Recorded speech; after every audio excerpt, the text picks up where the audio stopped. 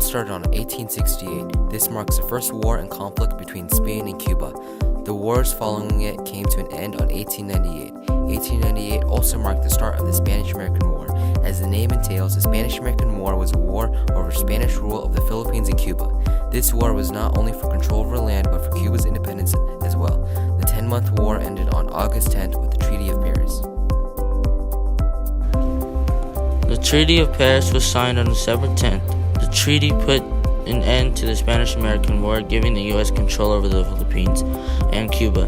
The Philippines was given with a $20 million price tag. This treaty was not put into effect until April 1899. Even though the Spanish-American War was supposed to grant Cuba full independence, the U.S. cornered Cuba into enforcing a series of provisions that would be added into the Cuban Constitution.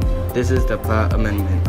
These provisions include many limiting rules that greatly increase the restrictions placed on Cuba.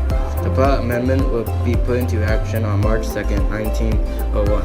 Lastly, even though the Platt Amendment granted independence to Cuba, the U.S. still had control, influence, and military power in Cuba.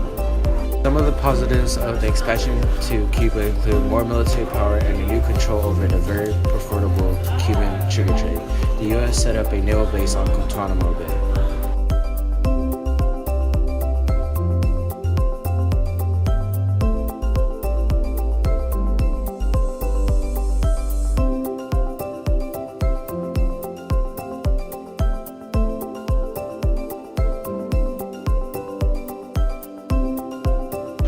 Alongside the positives of the expansion, their counterparts are very well present.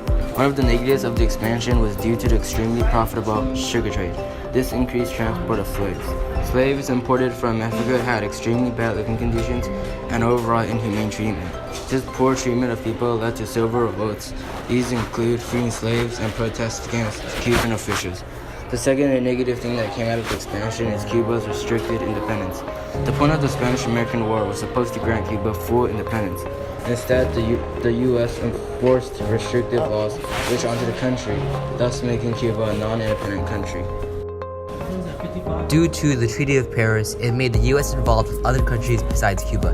The U.S. bought the Philippines for $20 million and formed connections with Spain as well.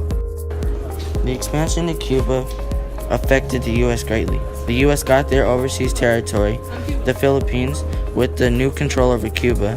The U.S. had control over the profitable sugar trade and more military power. This means that the U.S. got more money and more military power due to the expansion.